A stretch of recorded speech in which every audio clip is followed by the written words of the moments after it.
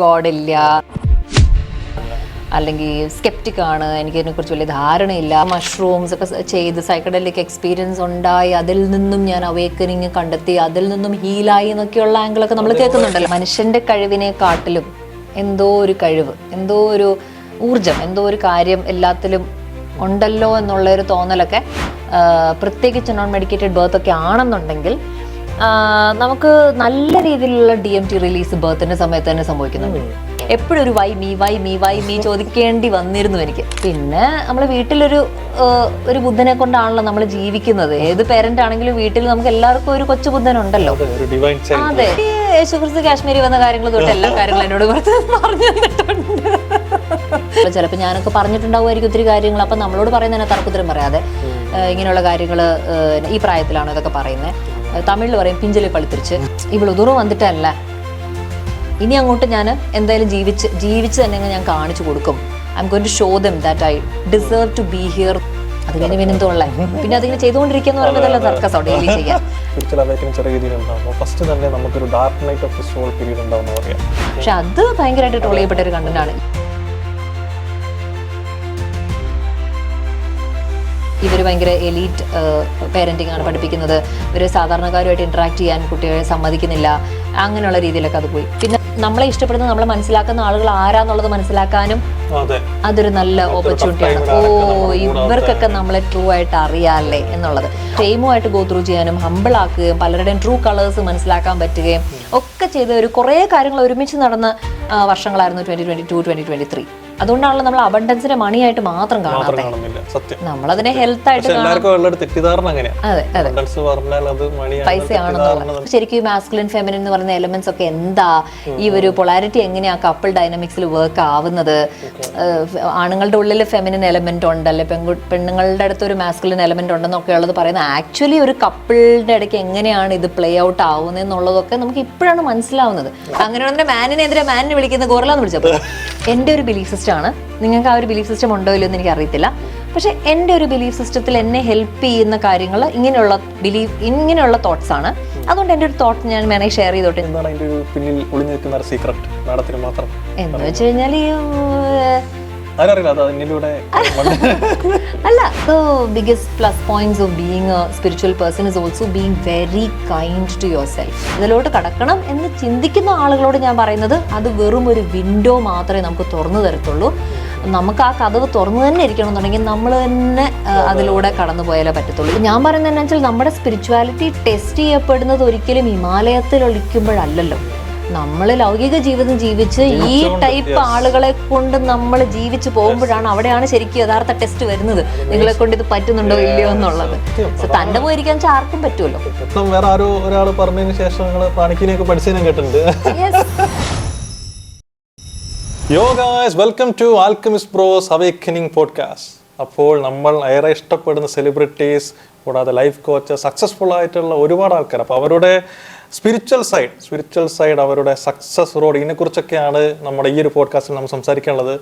അപ്പോൾ with the God's grace നമുക്ക് ആദ്യം തന്നെ കിട്ടിയ ഗസ്റ്റ് സ്വാതി മാഡം, സ്വാതി ജഗദീഷ് അക്ക, മായാസമ്മ. ഇപ്പോൾ എല്ലാവർക്കും അറിയാലോ, she's A well known psychologist, sex educator ആണ്, കൂടാതെ life coach with around 16 years of experience. അത്രയും എക്സ്പീരിയൻസ് ഉള്ള ഒരു ആളെ തന്നെയാണ് നമുക്ക് ആദ്യമായിട്ട് കിട്ടിയത്. അപ്പോൾ ഫസ്റ്റ് തന്നെ Swathi madam, thank you for being in the show. Thank you Nirmal. മാഡത്തിൻ്റെ ഒരുപാട് പോഡ്കാസ്റ്റ് ഞാൻ കണ്ടിട്ടുണ്ട്. അപ്പോൾ മാഡം പറയുന്ന ഇപ്പോൾ സെക്സ് എഡ്യൂക്കേഷൻ്റെ കാര്യങ്ങളാണെങ്കിലും പാരൻറ്റിങ് ഒക്കെ വളരെ അത്രയും അടിപൊളിയായിട്ടാണ് മാഡത്തിൻ്റെ എക്സ്പ്രസ് ചെയ്ത് പറയുന്നത്. അപ്പം എനിക്കറിയുന്ന ഒരു സാധ്യമാടുണ്ട്. അപ്പം ആ സാധ്യമാട് വെച്ചിട്ടുണ്ടെങ്കിൽ രാവിലെ തന്നെ ഒരുപാട് സൂര്യപ്രകാശത്തിൻ്റെ ആ ഒരു സംഭവം വരെ അബ്സോർബ് ചെയ്ത് എനർജി ബൂസ്റ്റ് ചെയ്യുന്നതും പ്രാണായാമ ടെക്നിക്സ്, ഒരുപാട് യോഗപരമായിട്ടുള്ള ടെക്നിക്സ് എല്ലാം ചെയ്യുന്ന ഒരു സാധ്യമാണ് എനിക്കറിയാം. അപ്പോൾ ആ ഒരു സാധ്യമാടത്തിനാണ് എനിക്കിന്ന് വേണ്ടത്. അപ്പോൾ മാഡം എങ്ങനെയാണ് ഒരു സ്പിരിച്വൽ പാത്തിലേക്ക് എത്തിയത് എന്നൊന്ന് ഷെയർ ചെയ്യാമോ? So first of all thank you so much for inviting me. ഈ പോഡ്കാസ്റ്റിൻ്റെ ആദ്യത്തെ എപ്പിസോഡിൽ തന്നെ നിർമ്മലമായിട്ട് ഈ ഒരു സൈഡ് ഓഫ് മീ ഷെയർ ചെയ്യാൻ കിട്ടിയ ആ ഒരു ഓപ്പർച്യൂണിറ്റിക്ക് ഫസ്റ്റ് ഓഫ് ഓൾ ഒത്തിരി നന്ദി പറയുന്നു. ഞാനങ്ങനെ എല്ലാ പോഡ്കാസ്റ്റിലും എന്തെങ്കിലും ഒരു ചെറിയ സ്പിരിച്വൽ ആംഗിൾ സംസാരിച്ചിട്ടുണ്ടെന്നല്ലാതെ എൻറ്റയർലി സ്പിരിച്വൽ ആയിട്ടുള്ളൊരു പോഡ്കാസ്റ്റിൽ ഞാനും ആദ്യമായിട്ടാണ്. പോഡ്കാസ്റ്റ് 1 വിജയമാകട്ടെ. Thank you. സോ എങ്ങനെയാണ് സ്പിരിച്വാലിറ്റിയിലോട്ട് വന്നതെന്ന് വെച്ച് കഴിഞ്ഞാൽ ചെറുപ്പത്തിലെ ലൈക്ക് എവ്രിബഡി നല്ല റിലീജിയസ് ആയിട്ടുള്ള ഒരു ഫാമിലിയിൽ തന്നെ വളർന്ന ആളാണ്. അപ്പോൾ അമ്മ ഫുള്ള് അമ്പലവാസിയായിരുന്നു. ഫുൾ അമ്പലം കയറി ഇറങ്ങുന്ന ആളാണ്. ആൻഡ് അച്ഛൻ പക്ഷെ ഭയങ്കര എന്താ പറയുക സ്പിരിച്വലി കോൺഷ്യസ് ആയിട്ടുള്ള ഒരാളായിരുന്നു. ഭയങ്കര എക്സിസ്റ്റൻഷ്യൽ ആയിട്ടുള്ള ബിലീഫ് സിസ്റ്റംസും എപ്പോഴും ഒരു യൂണിവേഴ്സും കുറേ കോൺസ്പിറസി തിയറികളും അന്ന് തന്നെ എനിക്കെല്ലാം പറഞ്ഞു. എനിക്ക് മനസ്സിലാവുന്നുണ്ടോ ഇല്ലയോ എന്ന് പോലും അറിയാൻ പാടില്ലാണ്ട് ഒത്തിരി കാര്യങ്ങൾ എന്നെ എഴുതി പറഞ്ഞു തരുമായിരുന്നു. പിന്നെ പക്ഷെ അമ്മ ഫുൾ നാമജപവും കാര്യങ്ങളൊക്കെ ആയിരുന്നു. അപ്പം അങ്ങനെയാണ് നമ്മൾ വളർന്നു വന്നത്. പിന്നെ അത് കുറേ നാളത്തേക്ക് ഞാൻ ഫോളോ ചെയ്യുകയും ചെയ്തു. പക്ഷെ എല്ലാവർക്കും സംഭവിക്കുന്ന പോലെ അറ്റ് വൺ പോയിന്റ് ഒന്നുമില്ല, ഇത് വെറും മിത്സ് ആണ്, സൂപ്പർസ്റ്റിഷൻസ് ആണ്, അങ്ങനെയൊക്കെയുള്ള ഒരു ട്രാക്കിൽ പോയി. എന്താ പറയാ ഏത്തിസ്റ്റ് ആണ്, ഗോഡ് ഇല്ല, അല്ലെങ്കിൽ സ്കെപ്റ്റിക് ആണ്, എനിക്ക് ഇതിനെക്കുറിച്ച് വലിയ ധാരണയില്ല എന്നുള്ളൊരു രീതിയിലൊക്കെ ആയിരുന്നു. പിന്നെ എന്താ പറയുക, നമ്മൾ എല്ലാ സ്ത്രീകളും പറയുന്ന പോലെ തന്നെ അമ്മയായതിനു ശേഷം ധാരാളം മാറ്റങ്ങൾ ഉണ്ടായി എന്ന് പറയുന്ന പോലെ മദർഹുഡ് തന്നെയാണ് എല്ലാത്തിലോട്ടും ലീഡ് ചെയ്ത് വിട്ടത്. സോ മദർഹുഡിന്റെ സ്റ്റാർട്ടിങ്ങിൽ ഇപ്പം നാച്ചുറൽ ബർത്തിങ് റിലേറ്റഡ് ആയിട്ടുള്ള കാര്യങ്ങൾ എക്സ്പ്ലോർ ചെയ്യാൻ തുടങ്ങിയപ്പം ഇതിൽ മനുഷ്യന്റെ കഴിവിനെക്കാട്ടിലും എന്തോ ഒരു കഴിവ്, എന്തോ ഒരു ഊർജം, എന്തോ ഒരു കാര്യം എല്ലാത്തിലും ഉണ്ടല്ലോ എന്നുള്ളൊരു തോന്നലൊക്കെ ബർത്തിങ്ങിൽ കൂടെയൊക്കെയാണ് നമുക്ക് മനസ്സിലാവുന്നത്. പലപ്പോഴും ആ ബർത്ത് എക്സ്പീരിയൻസ് തന്നെ പലർക്കും ട്രാൻസ് അനുഭവപ്പെട്ടവരും സൈക്കഡലിക് എക്സ്പീരിയൻസ് അനുഭവപ്പെട്ടവരൊക്കെ ധാരാളം പേരുണ്ട് ബർത്തിൽ കൂടെ തന്നെ. കാരണം നമുക്ക് ബർത്ത് സംഭവിക്കുമ്പോൾ അത് പ്രത്യേകിച്ച് ഒരു അൺഇൻട്രപ്റ്റഡ് ഇൻ്റർവെൻഷൻ ഇല്ലാത്ത പ്രത്യേകിച്ച് നോൺ മെഡിക്കേറ്റഡ് ബർത്ത് ഒക്കെ ആണെന്നുണ്ടെങ്കിൽ നമുക്ക് നല്ല രീതിയിലുള്ള DMT റിലീസ് ബർത്തിൻ്റെ സമയത്ത് തന്നെ സംഭവിക്കുന്നുണ്ട്. സോ അത് എത്രത്തോളം ഇന്റർവെൻഷൻ ഉള്ള ബർത്ത് ആണെന്നുള്ളതിനനുസരിച്ചിരിക്കുവേ, നാച്ചുറലായിട്ട് തന്നെ ലേബറിലോട്ട് പോയതാണോ എല്ലാത്തിനും അടിസ്ഥാനപ്പെടുത്തിയിരിക്കും. പക്ഷെ എന്ത് ടൈപ്പ് ബർത്ത് ആണെങ്കിലും എന്തോ രീതിയിലുള്ള ഒരു റിലീസ് ഉണ്ടെന്നുള്ളത് വിശ്വസിക്കുന്ന ആൾ തന്നെയാണ് ഞാൻ. പക്ഷെ അത് നാച്ചുറൽ ആകും തോറും മേ ബി അതിന്റെ ഇന്റൻസിറ്റി കൂടുമെന്ന് തന്നെയാണ് എനിക്ക് തോന്നുന്നത്. അപ്പോൾ അങ്ങനെ ഒരു നാച്ചുറൽ ആയിട്ടുള്ള ഒരു അനുഭവം ഉണ്ടായപ്പോൾ ആയിരിക്കും എന്തോ ഉണ്ടല്ലോ അവിടെ എന്നുള്ളൊരു തോന്നലും. പിന്നെ അതിനുശേഷം കമ്മ്യൂണിറ്റി ആക്ടിവിറ്റീസ് തുടങ്ങി, നമ്മളുടെ ബ്രസ്റ്റ് ഫീഡിങ് സപ്പോർട്ടിന്റെ കാര്യങ്ങളൊക്കെ കോയമ്പത്തൂരിൽ ചെയ്യാൻ തുടങ്ങി. പേരന്റിങ് ഗ്രൂപ്പ് ക്രിയേറ്റ് ചെയ്തു, മറ്റുള്ള അമ്മമാരെ റെഗുലറായിട്ട് മീറ്റ് ചെയ്യുക, അവരുമായിട്ട് സംസാരിക്കുക, അങ്ങനെ ഒരു കമ്മ്യൂണിറ്റി ബിൽഡ് ചെയ്യാൻ തുടങ്ങി. അങ്ങനെ വന്നപ്പം ലാക്ടേഷൻ ഫീൽഡിലോട്ട് കയറി, അതിനെക്കുറിച്ച് സോഷ്യൽ മീഡിയയിൽ എഴുതാൻ തുടങ്ങി. ലാക്ടേഷൻ ഫീൽഡിനെ കുറിച്ചാണ് തുടങ്ങിയെങ്കിലും പോസ്റ്റ്പാർട്ടത്തിനെ കുറിച്ചും മെന്റൽ വെൽബീയിങ്ങിനെ കുറിച്ചും സൈക്കോളജി ടെക്സ്റ്റ് ബുക്സിനകത്തും മെയിൻ സ്ട്രീം സൈക്കോളജിസ്റ്റുകൾ ഫോളോ ചെയ്യാത്തതുമായ കുറേ കാര്യങ്ങൾ എനിക്ക് അനുഭവപ്പെടുകയും എക്സ്പീരിയൻസ് ചെയ്യാൻ പറ്റുകയും ചെയ്തതിൻ്റെ ഒരു പ്രിവിലേജ് ഉണ്ടായിരുന്നുകൊണ്ട് അതിനെക്കുറിച്ചൊക്കെ എനിക്ക് സംസാരിക്കാൻ പറ്റി. Like sex and sexuality out of box ആയിരുന്നു എപ്പോഴും. ലൈഫ് അങ്ങനെയായിരുന്നു. ഇപ്പൊ തിരിഞ്ഞു നോക്കുമ്പോൾ എപ്പോഴും എന്റെ ലൈഫ് അങ്ങനെ ആയിരുന്നു. പക്ഷെ എനിക്കത് ട്രാക്ക് വെക്കാൻ പറ്റിയിട്ടുണ്ടായിരുന്നില്ല. എപ്പോഴും ഒരു വൈ മീ ചോദിക്കേണ്ടി വന്നിരുന്നു എനിക്ക് ചെറുപ്പത്തിലെ തൊട്ട്. അപ്പം ആ ഒരു ട്രാക്കിലോട്ട് പോയി സോഷ്യൽ മീഡിയ എക്സ്പ്ലോർ ചെയ്യാൻ തുടങ്ങി. ശരിക്കും പറഞ്ഞു കഴിഞ്ഞാൽ എന്നെ നന്നായിട്ട് സ്പിരിച്വലാക്കി മാറ്റിയത് സോഷ്യൽ മീഡിയ ആണെന്ന് തന്നെ എനിക്ക് പറയാൻ പറ്റും. അതിനെക്കുറിച്ച് വേണമെങ്കിൽ നമുക്ക് നമുക്ക് സംസാരിക്കാം. പക്ഷെ സോഷ്യൽ മീഡിയയെ കൂടി തന്നെ എനിക്ക് ഒത്തിരി ലെസൺസ് കിട്ടി ലൈഫിനെ കുറിച്ചൊക്കെ. പിന്നെ നമ്മൾ ഒരു ബുദ്ധനെ കൊണ്ടാണല്ലോ നമ്മൾ ജീവിക്കുന്നത്. ഏത് പേരന്റ് ആണെങ്കിലും വീട്ടിൽ നമുക്ക് എല്ലാവർക്കും ഒരു കൊച്ചു ബുദ്ധൻ ഉണ്ടല്ലോ. അതെ, നമ്മളെ ഇങ്ങനെ ഓരോ കാര്യങ്ങൾ പറഞ്ഞു തരുന്ന, നമ്മളെ കൊണ്ട് ഓരോ കാര്യങ്ങൾ മനസ്സിലാക്കിപ്പിക്കുന്ന, നമ്മുടെ മിസ്റ്റേക്സ് പോയിന്റ് ഔട്ട് ചെയ്യുന്ന ഒരു ലൈവ് എന്താ പറയാ പ്ലാൻ മെഡിസിൻ അത് ഹ്യൂമൻ രൂപത്തിൽ വീട്ടിൽ നമുക്ക് ഉള്ളത് കൊണ്ട് തന്നെ നമ്മളുടെ സ്പിരിച്വൽ അവേക്കനിങ്ങും കാര്യങ്ങളും നടക്കുന്നുണ്ട് എന്ന് തന്നെയാണ് എനിക്ക് തോന്നുന്നത്. പല രീതിയിലും നമുക്ക് നമ്മളെ തന്നെ ചോദ്യം ചെയ്യേണ്ടി വരും. നമ്മുടെ ഷാഡോ വർക്ക് ഭയങ്കരമായിട്ട് സംഭവിക്കുന്നു. നമ്മുടെ ഇന്നർ ചൈൽഡ് ഹീലിംഗ് ഈ കുഞ്ഞു കാരണം തന്നെ സംഭവിക്കുന്നു. ഷാഡോ വർക്ക് എന്ന് പറയുമ്പോൾ നമ്മൾ ലോകത്തിന് കാണിക്കുന്ന ഒരു സൈഡ് ഉണ്ട്. ആ കാണിക്കുന്ന സൈഡ് അല്ലാണ്ട് കാണിക്കാത്ത ഇരുണ്ട ഭാഗമാണ് ഷാഡോ. നമുക്ക് ഇഷ്ടമില്ലാത്ത നമ്മുടെ അകത്ത് കണ്ണി കിടക്കുന്ന കാര്യങ്ങൾ, അല്ലെങ്കിൽ നമ്മൾ അറിയാണ്ട് പോലും നമ്മുടെ അടുത്ത് ബ്ലൈൻഡ് സൈഡ് ആയിട്ട് കിടക്കുന്ന കാര്യങ്ങൾ ഷാഡോയിൽ കിടക്കുന്ന സാധനങ്ങളായിരിക്കും. അപ്പൊ അങ്ങനെയുള്ള സാധനങ്ങളൊക്കെ കുത്തിപ്പൊക്കിക്കൊണ്ടിരുന്ന കൊച്ചായിരിക്കും ചിലപ്പോൾ. അപ്പം റിലേഷൻഷിപ്പിലും ഷാഡോ വർക്ക് സംഭവിക്കുന്നുണ്ട്. കാരണം പാർട്ട്ണർ നമ്മളെ ഷാഡോ ഇങ്ങനെ കാണിച്ചു തരും. ഇത് ട്രിഗർ ചെയ്യും. സോഷ്യൽ മീഡിയ കുറെ കാണിച്ചു തരും, കുഞ്ഞു കുറെ കാണിച്ചു തരും. അങ്ങനെ നമുക്കൊരു അവയർനെസ് വേണല്ലോ. അത് നമ്മളെ അങ്ങനെ ആ ഒരു പോയിന്റില് നമുക്ക് എന്താ പറയുക, അതൊരു നമ്മളെ പഠിപ്പിക്കുകയാണെന്നൊരു സംഭവം വേണം, ഒരു ബോധം വേണം. അല്ലെങ്കിൽ നമ്മൾ റിയാക്ട് ചെയ്യുന്നത് കഴിഞ്ഞ് അതിൽ അവരൊന്നും പഠിക്കുന്നില്ല. Okay okay. അപ്പൊ ഇതിലിപ്പോ ഞാൻ കേട്ടപ്പം എനിക്ക് വളരെ ഇൻട്രസ്റ്റിംഗ് ആയിട്ട് വെച്ചാൽ ഒന്നാമത് മാഡം വളരെ ബ്ലെസ്ഡ് ആണ്. കാരണം ആ ഫാദറിന്റെ വേറെ സ്പിരിച്വൽ ആയിട്ട് തന്നെ നമ്മുടെ ഒരുവിധം എല്ലാവരും അമ്മമാരൊക്കെ ഭയങ്കര സ്പിരിച്വൽ അമ്പലം തന്നെയാണ്. പക്ഷെ ഇങ്ങനെ ഒരു ഫാദർ ഇങ്ങനത്തെ ഒരു സ്പിരിച്വൽ ലെവലിൽ നിന്ന് അതുപോലെ കോൺസ്പിറസി വരെ ആ സംഭവങ്ങളൊക്കെ ഡിസ്കസ് ചെയ്യുന്ന അങ്ങനത്തെ ഒരു ഫാദർ എന്ന് പറഞ്ഞാൽ അതും എനിക്കറിയില്ല, അതൊരു ഭയങ്കര ബ്ലെസ്സിങ് തന്നെയാണെന്ന് എനിക്ക് തോന്നുന്നു. കൂടാതെ അതേ ഒരു പെർസ്പെക്റ്റീവ് ഇപ്പോഴത്തെ സൈഡിൽ നിന്നും നമ്മുടെ മായന്റെ സൈഡിൽ നിന്നും അപ്പോൾ അതിന്റെ നടുവിൽ നിൽക്കാതെ പറയുന്നത് തന്നെ വളരെ ബ്ലെസ്സിങ് ആയിട്ട് എനിക്ക് തോന്നുന്നു. അപ്പോൾ എങ്ങനെയാണ് ഫാദറിന് എന്തെങ്കിലും ഓർമ്മ ഉണ്ടോ? എന്തെങ്കിലുമൊക്കെ എങ്ങനെയായിരുന്നു, അല്ലെങ്കിൽ എന്തെങ്കിലും ഡിസ്കഷൻസ് ഉണ്ടായിരുന്നു? പുള്ളി യേശുക്രിസ്തു കാശ്മീരി വന്ന കാര്യങ്ങൾ തൊട്ട് എല്ലാ കാര്യങ്ങളും എന്നോട് പറഞ്ഞു തന്നിട്ടുണ്ട്. ഇല്ല, ഇപ്പം അദ്ദേഹം ഇല്ല, അച്ഛനും അമ്മയും രണ്ടുപേരും പോയി. പക്ഷെ ഇപ്പോഴാണ് എനിക്ക് അതിന്റെ ഒക്കെ എന്താ സംഭവം എന്നുള്ളത് മനസ്സിലാവുന്നത് ലാസ്റ്റ് ഫ്യൂ ഇയേഴ്സിലാണ്. നമ്മൾ ഒരിക്കലും വളർന്നു വരുമ്പോൾ നമ്മൾ ഇതിന്റെ കാര്യങ്ങളും പുള്ളിക്ക് വട്ടാന്ന് അമ്മ പറയുന്നത്, അങ്ങേർക്ക് വട്ട, അങ്ങേര് അതും ഇതൊക്കെ പറയും, നീ അതൊന്നും വിശ്വസിക്കാനിരിക്കല്ലേ എന്ന് എന്നോട് പറയത്തുള്ളൂ. സോ എനിക്ക് അത്ര ഓർമ്മയുള്ളൂ. ഇപ്പൊ ആലോചിച്ച് നോക്കുമ്പോൾ പുള്ളി അങ്ങനെയുള്ള കുറെ out of the mainstream ആയിട്ട് out of the mainstream ചിന്തിച്ചിരുന്ന ആളാണ്. അപ്പം ആസ് എ പാരന്റ് ഇപ്പം മാഡത്തിന്റെ ഒരു റിഫ്ലക്ഷൻ ആണ് മായ എന്ന് വേണമെങ്കിൽ ഞങ്ങളുടെ സൈഡിൽ നിന്ന് കേട്ടോ. അപ്പൊ നമ്മൾ നോക്കുന്ന സമയത്ത് മനസ്സിലുണ്ട്. പക്ഷെ സ്പിരിച്വൽ സൈഡിൽ മാഡം അങ്ങനെ എന്തെങ്കിലും ഇപ്പൊ ഫാദർ മാഡത്തിലേക്ക് ഈ ഒരു സംഭവം തന്നതുപോലെ മായയിലേക്ക് എന്തെങ്കിലും സ്പിരിച്വൽ സൈഡിലായിട്ട് മാഡം എന്തെങ്കിലും ഇപ്പോൾ അല്ലെങ്കിൽ അതിനുള്ള ഏജ് ആയിട്ടുണ്ടോ? എങ്ങനെയാണ് അതിന്റെ മാഡത്തിന്റെ പെർസ്പെക്റ്റീവ് എങ്ങനെയാണെന്ന് പറയാം. അവൾ എന്നെക്കാട്ടിലും സ്പിരിച്വലാ. അടിപൊളി. അവള് എന്താ പറയാ, അവള് ചെറുപ്പത്തിലേ തൊട്ട് എന്തെങ്കിലുമൊക്കെ കാര്യങ്ങൾ ഇങ്ങനെ അഗൈൻ ഞാൻ പറയുന്ന പോലെ നിർമ്മല ഓൾറെഡി ഓർമ്മിച്ച പോലെ നമുക്കത് കേൾക്കുമ്പോൾ ഇത് ഇന്നതാണെന്ന് മനസ്സിലാക്കാനുള്ള ഒരു കോൺഷ്യസ്നെസ് ഉണ്ടെങ്കിൽ, ഒരു മൈൻഡ്ഫുൾനെസ് ഉണ്ടെങ്കിൽ നമുക്കത് കിട്ടത്തുള്ളൂ. അല്ലെങ്കിൽ കൊച്ചെന്തോ വിളിച്ച് പറയുന്നതായിട്ടല്ലേ നമുക്ക് തോന്നത്തുള്ളൂ. ചിലപ്പോൾ ഞാനൊക്കെ പറഞ്ഞിട്ടുണ്ടാവുമായിരിക്കും ഒത്തിരി കാര്യങ്ങൾ. അപ്പം നമ്മളോട് പറയുന്നതിനെ തർക്കുത്തരം പറയാതെ ഇങ്ങനെയുള്ള കാര്യങ്ങൾ ഈ പ്രായത്തിലാണോ ഇതൊക്കെ പറയുന്നത്, തമിഴിൽ പറയും പിഞ്ചിലെ പളിത്തിരിച്ച് എന്നൊക്കെ പറയും. നമ്മൾ എന്തെങ്കിലും മെച്യൂർ ആയിട്ടുള്ള കാര്യങ്ങളൊക്കെ പറയുമ്പോൾ ചിലപ്പോൾ നമ്മൾ ആസ് ചിൽഡ്രൻ നമ്മളൊക്കെ നല്ല എന്തെങ്കിലും ബോധമുള്ള പിള്ളേരായിരുന്നായിരിക്കും. അപ്പോൾ ഇവള് പറയുന്ന കാര്യങ്ങളൊക്കെ ഞാൻ നോട്ട് ചെയ്ത് വെക്കുമായിരുന്നു. എന്തെങ്കിലുമൊക്കെ ഇൻട്രസ്റ്റിംഗ് ആയിട്ട് പറയുമ്പോൾ നോട്ട് ചെയ്ത് വെക്കും. ഇതിൽ ഇൻസ്റ്റയിൽ ഇടാൻ പറ്റുന്ന കാര്യമാണെങ്കിൽ ഇടും. ഒത്തിരി കോൺട്രവേഴ്സി ഉണ്ടാക്കാൻ പറ്റുന്ന സാധനമാണെന്നുണ്ടെങ്കിൽ ഇടത്തില്ല. എന്നിട്ട് നമ്മുടെ ക്ലോസ് സർക്കിളിൽ മാത്രം ഞങ്ങൾ ഡിസ്കസ് ചെയ്യുമ്പോൾ വേറെ മദർ പറയും എൻ്റെ കുട്ടി ഇങ്ങനെ പറഞ്ഞിരുന്നു, എനിക്കത് കേട്ടപ്പോൾ ഭയങ്കരമായിട്ട് അന്താളിപ്പായി എന്നൊക്കെ പറഞ്ഞ് ഞങ്ങളുടെ ഉള്ളിൽ തന്നെ ഷെയർ ചെയ്യുമായിരുന്നു ഈ കുട്ടികളെ കുറിച്ച്. ഇവള് ഈയിടെ പറഞ്ഞൊരു കാര്യം, നല്ലൊരു കാര്യമുണ്ട്. ഒരു ഫ്യൂ മന്ത്സ് മുമ്പ് പറഞ്ഞ ഒരു 1 year ആയി കാണും. അപ്പോൾ ഞാൻ എൻ്റെ ഒരു ക്ലയൻറ്റുമായിട്ട് ഫോണിൽ സംസാരിച്ചുകൊണ്ടിരിക്കുക. അപ്പോൾ ലൗഡ് സ്പീക്കറിൽ ഇട്ടേക്കുക. എൻ്റെ ക്ലയൻറ്റ് പറയും ഇങ്ങനെ, തമിഴിലെ ഇവൾ ദൂരം വന്നിട്ടല്ല, ഇനി അങ്ങോട്ട് ഞാൻ എന്തായാലും ജീവിച്ച് തന്നെ ഞാൻ കാണിച്ചു കൊടുക്കും. I M going to show them that I deserve to be here എന്നൊരു ലൈൻ പറഞ്ഞോളൂ. അപ്പം ഞാനും അത് അക്നോളജ് ചെയ്തു. ഞാൻ പറഞ്ഞു പിന്നെ ഇത്രയൊക്കെ നീ അനുഭവിച്ച് വന്നതല്ലേ കുറച്ച് സംഭവങ്ങൾ, അതുകൊണ്ട് you totally deserve to be here. അതായത് ഇത്തിരി എന്താ പറയുക സെൽഫ് ഹാം ഒക്കെ അറ്റംപ്റ്റ് ചെയ്ത ഒരാളാണ്. അപ്പം ഞാൻ അങ്ങനെ പറഞ്ഞു totally deserve to be here, ഇനി അങ്ങോട്ട് ജീവിച്ച് കാണിച്ചു കൊടുക്കുന്ന രീതിയിൽ പറഞ്ഞു. ഞാൻ ആ കോൺവെർസേഷൻ എങ്കിലും കൺക്ലൂഡ് ചെയ്യാൻ നോക്കുന്നത്, കാരണം ഇവൾ പുറകിലത്തെ സീറ്റിലിരിപ്പുണ്ട്. ഇനിയിപ്പോൾ അതിനെക്കുറിച്ചൊക്കെ ചോദിക്കും എന്നോട്.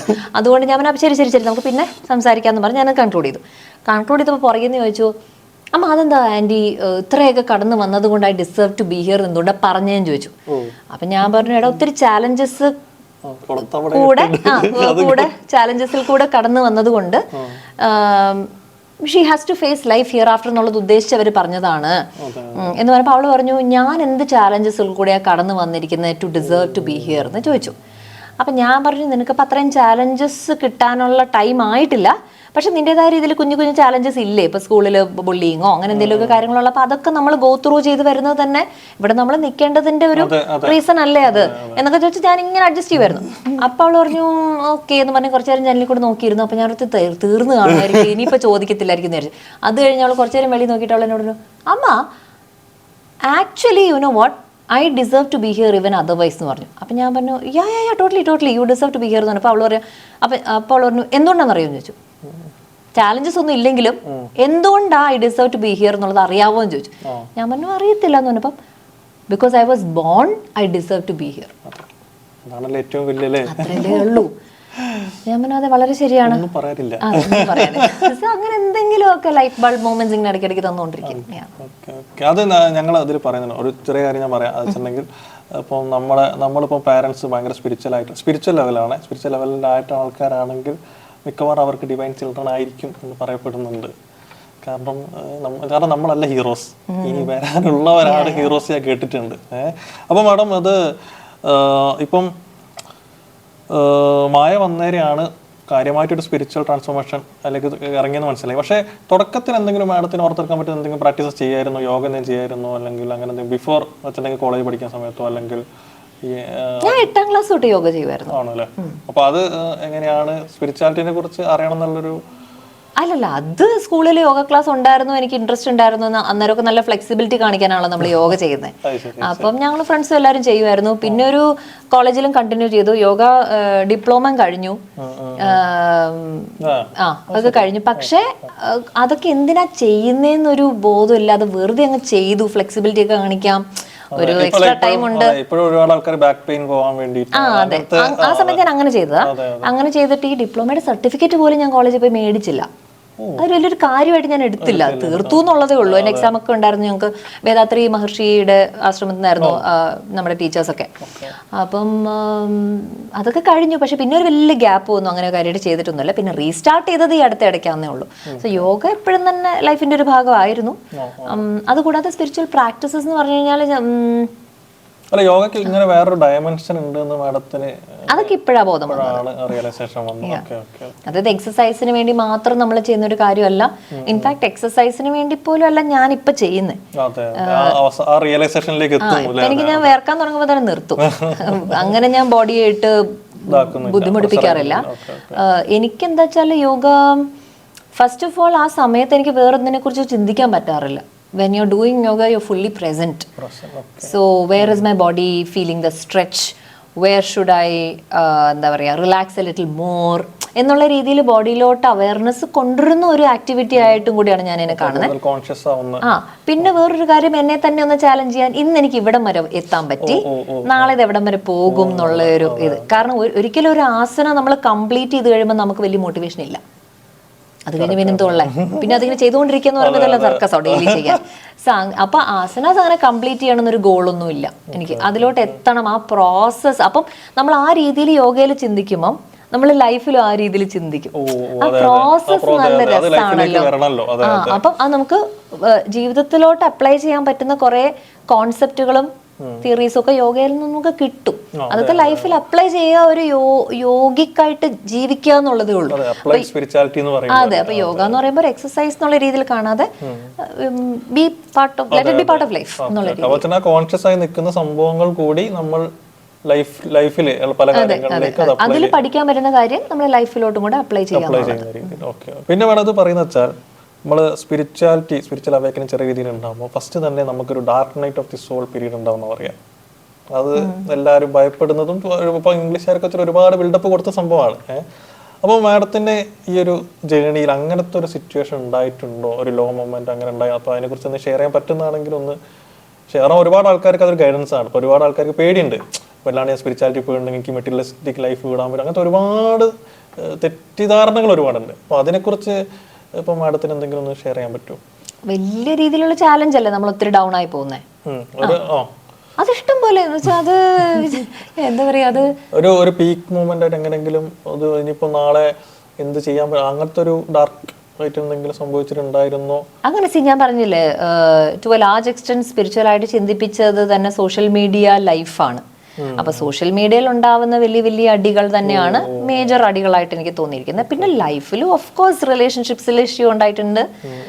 എന്താ പറയാ, പാരന്റിങ്ങിൽ ആസ് എ മദർ എനിക്ക് ഒത്തിരി ചാലഞ്ചിങ് ആയിട്ട് തോന്നുന്ന സിറ്റുവേഷൻസ് ഉണ്ടായിട്ടുണ്ട്. അതിലൊക്കെ നമ്മൾ ചിന്തിക്കുന്ന ഇതാണ്, ഇനി എന്താ നെക്സ്റ്റിന് എന്താ, ഇനി അങ്ങോട്ട് എന്താന്നുള്ളത്. അമ്മയും അച്ഛനും ഒരേ സമയത്ത് മരിച്ചപ്പോഴും ഞാൻ ഓർത്തു, ഇതെന്തോ ഇങ്ങനെ രണ്ടുപേരും ഇങ്ങനെ പെട്ടെന്ന് ഒറ്റ സമയത്ത് ഇങ്ങനെ പോകുന്നു, അപ്പൊ ഇനി എന്താ അങ്ങോട്ടേക്ക്, ഇപ്പൊ ഞാൻ ഗൈഡൻസിനൊക്കെ എവിടെ പോകും എന്നൊക്കെ ഉള്ളൊരു ക്വസ്റ്റ്യൻ അവിടെ ഉണ്ടായിരുന്നു.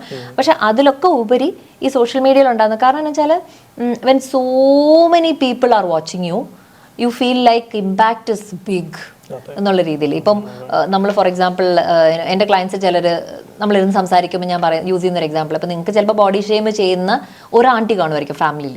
നിങ്ങളൊരു വെഡിങ്ങിന് പോകുന്നത് അല്ലെങ്കിൽ ഒരു ബർത്ത്ഡേ പാർട്ടീസിന് പോകുന്നത് ചിലപ്പോൾ അവോയ്ഡ് ചെയ്യുന്നത് ഈ ആൻറ്റിയെ കാണാതിരിക്കാം, ഇവർ വരും എന്നെ ബോഡി ഷെയിം ചെയ്യാൻ വേണ്ടി എന്നുള്ളത് പേടിച്ചായിരിക്കും നമ്മൾ ചിലപ്പോൾ ഫംഗ്ഷൻസ് ഒന്നും അറ്റൻഡ് ചെയ്യാതിരിക്കുന്നത്. അപ്പം എനിക്ക് ആ ഇക്വലന്റ് ബോഡി ഷെയിമിങ് ഒരു 10,000 പീപ്പിൾ ആയിരിക്കും സോഷ്യൽ മീഡിയയിൽ സംഭവിക്കുന്നത്. അതായത് പ്രശ്നം ഒന്നാണെങ്കിലും അതിന്റെ ഇമ്പാക്റ്റും ഇന്റൻസിറ്റിയും മാറും സോഷ്യൽ മീഡിയയിൽ. അപ്പം എന്തിട്ടാലും അതിന് എന്തെങ്കിലും ഒപ്പോസിഷൻ വരാൻ ചാൻസ് ഉണ്ട്. നല്ലത് ഉദ്ദേശിച്ച് നല്ല ഇന്റൻഷനിൽ ഒരു കാര്യം ചെയ്താൽ പോലും അതിന്റെ നമ്മൾ ചിന്തിക്കാത്തൊരു വശം എടുത്തുകൊണ്ട് വരുന്നൊരു ഇതുണ്ടാവും. അപ്പം അങ്ങനെ സോഷ്യൽ മീഡിയയിൽ വന്നിരിക്കുന്ന ബുള്ളിങ്, ട്രോളിങ് തന്നെ ഓരോ കൊല്ലും. ഇപ്പൊ സോഷ്യൽ മീഡിയ ഇപ്പൊ 11 years ആയിട്ട് ഞാൻ സോഷ്യൽ മീഡിയയിൽ ആക്റ്റീവാണ്. 12 years ആയിട്ട് ഇവളുണ്ടായപ്പോൾ തൊട്ട് ഞാൻ ആക്റ്റീവാ. അപ്പം എല്ലാ കൊല്ലവും കിട്ടുന്ന അടികൾ ഓരോരോ ലെവൽ നമ്മളിങ്ങനെ കയറ്റിയാണ് കൊണ്ടുപോയേക്കുന്നത്. ഫസ്റ്റ് മാഡം ഒരു ഇതുണ്ടല്ലോ, ഇപ്പൊ നമ്മള് മാഡത്തിനോട് എന്ത് കമന്റ് ചെയ്തിട്ടുണ്ടെങ്കിൽ മാഡത്തിന് പ്രശ്നമില്ല, നമുക്കറിയാം. പക്ഷെ നമ്മൾ ഫസ്റ്റ് ചിലപ്പോൾ അങ്ങനെയാണ്. അപ്പൊ അത് എങ്ങനെ മാഡം ഓവർകം ചെയ്തു, അതെങ്ങനെയാണ്? സോ 2022 ബൗണ്ടറീസിനെ കുറിച്ച് ഞാനും മായും ഒരു റീൽ ഇട്ടിട്ടുണ്ടായിരുന്നു. ഇങ്ങനെ മായുനൊരു ഓൾഡ് ആയിട്ടുള്ള ലേഡി വന്ന് കവളിൽ പിടിച്ച് പറിച്ചു. അപ്പൊ നമ്മള് അവൾക്ക് വേദന എടുത്തു. നമ്മൾ കാർ ഇത്തിരി മാറ്റി അങ്ങോട്ട് പോയി കഴിഞ്ഞപ്പോഴത്തേക്കും we had A conversation about it. ചിലപ്പം എൽഡർലി ആയിട്ടുള്ള ആളുകൾക്ക് അങ്ങനെ ബൗണ്ടറീസ് ഉണ്ടാവാൻ ചാൻസ് ഇല്ല. അവർ സ്നേഹം പ്രകടിപ്പിക്കുന്നത് പിച്ചയും ഉമ്മ വെച്ചൊക്കെയാണ്. പക്ഷെ നമ്മൾ പരമാവധി നമുക്ക് ഓർമ്മ വരുവാണെന്നുണ്ടെങ്കിൽ അങ്ങനെ ചെയ്യല്ലേ എന്നുള്ളത് നമുക്ക് വേണമെങ്കിൽ പറയാം എന്നുള്ള രീതിയിലാണ് ആ കണ്ടന്റ് ഉണ്ടാക്കിയത്. പക്ഷെ അത് ഭയങ്കരമായിട്ട് ട്രോൾ ചെയ്യപ്പെട്ട ഒരു കണ്ടന്റ് ആണ്. ഇവർ ഭയങ്കര എലീറ്റ് പേരന്റിംഗ് ആണ് പഠിപ്പിക്കുന്നത്. ഇവര് സാധാരണക്കാരുമായിട്ട് ഇന്ററാക്ട് ചെയ്യാൻ കുട്ടികളെ സമ്മതിക്കുന്നില്ല, അങ്ങനെയുള്ള രീതിയിലൊക്കെ അത് പോയി. പിന്നെ അത് കൂടാതെ 2024 ഇതുപോലെ തന്നെ വലിയ രീതിയിലൊരു ട്രോളും കാര്യങ്ങളൊക്കെ ഭയങ്കര ഇന്റൻസ് ആയിട്ട് തന്നെ ഉണ്ടായിട്ടുണ്ടായിരുന്നു. അപ്പൊ അതൊക്കെ സംഭവിക്കുമ്പോൾ എനിക്ക് എന്താ വെച്ചാല് നമ്മൾ നല്ലത് ഉദ്ദേശിച്ചല്ലേ നമ്മൾ ചെയ്തേ. അപ്പൊ ഇനിയിപ്പോ ഇനിയിപ്പോ ഇതെന്താ, ഇത് നിർത്തണോ എന്ന് വെച്ചാൽ നിർത്താനും പറ്റത്തില്ല. വേറെന്തോ ഒരു പുള്ളുണ്ട് ഇത് ചെയ്യാൻ. പക്ഷെ ഇപ്പൊ ഇതെന്താ ചെയ്യണം? അപ്പം you going through intense shame. A shame is one of the most topmost എന്താ പറയാ ഒരു ഹേർഡിലാണ് എന്നെ സംബന്ധിച്ചിടത്തോളം. ക്രോസ് ചെയ്യേണ്ട ഒരു ഹേർഡിൽ. വൺസ് ഷെയിം നമ്മൾ ക്രോസ് ചെയ്ത് കഴിഞ്ഞാൽ പിന്നെ നമ്മളെ ഒന്നും തന്നെ അഫക്ട് ചെയ്യത്തില്ല. സോ ഷെയിം ബൈപ്പാസ് ചെയ്യാനുള്ള ഒരു എപ്പിസോഡ്സ് ആയിട്ടാണ് ഞാൻ അതിനെ രണ്ടിനെയും കാണുന്നത്. കൂടാതെ വേറെ ഉണ്ടായിട്ടുണ്ട്. കാരണം ഞാൻ ഹെൽത്ത് റിലേറ്റഡ് ആയിട്ടുള്ള കാര്യം അതാണ്. ഞാൻ ഒരു 1-2 ആഴ്ച ഡൗൺ ആയിരുന്നു. കരച്ചില്, പിഴിച്ചില്, ജേർണലിങ് എല്ലാം ചെയ്തു. ഇത് വെളിയിൽ കൊണ്ടുവരണല്ലോ, നമ്മൾ പ്രോസസ് ചെയ്തിട്ട്. നമ്മൾ സൈക്കോളജിസ്റ്റ് ആണ്, നമ്മൾ sit and process your emotions എല്ലാവരോടും പറയുമ്പോൾ നമ്മളത് ചെയ്യണ്ടേ. പിന്നെ അതുപോലെ തന്നെ നമ്മളെ ഇഷ്ടപ്പെടുന്ന, നമ്മളെ മനസ്സിലാക്കുന്ന ആളുകൾ ആരാന്നുള്ളത് മനസ്സിലാക്കാനും അതൊരു നല്ല ഓപ്പർച്യൂണിറ്റിയാണ്. ഇവർക്കൊക്കെ നമ്മളെ ട്രൂ ആയിട്ട് അറിയാല്ലേ എന്നുള്ളത്. അതുപോലെ നമ്മൾ അറിയാമെന്ന് വിചാരിച്ചിരുന്ന ആളുകൾ ഇവർക്കപ്പം നമ്മളെ അപ്പൊ പിടി കിട്ടിയിരുന്നില്ല അല്ലേ, അത് നമുക്ക് മനസ്സിലാവും.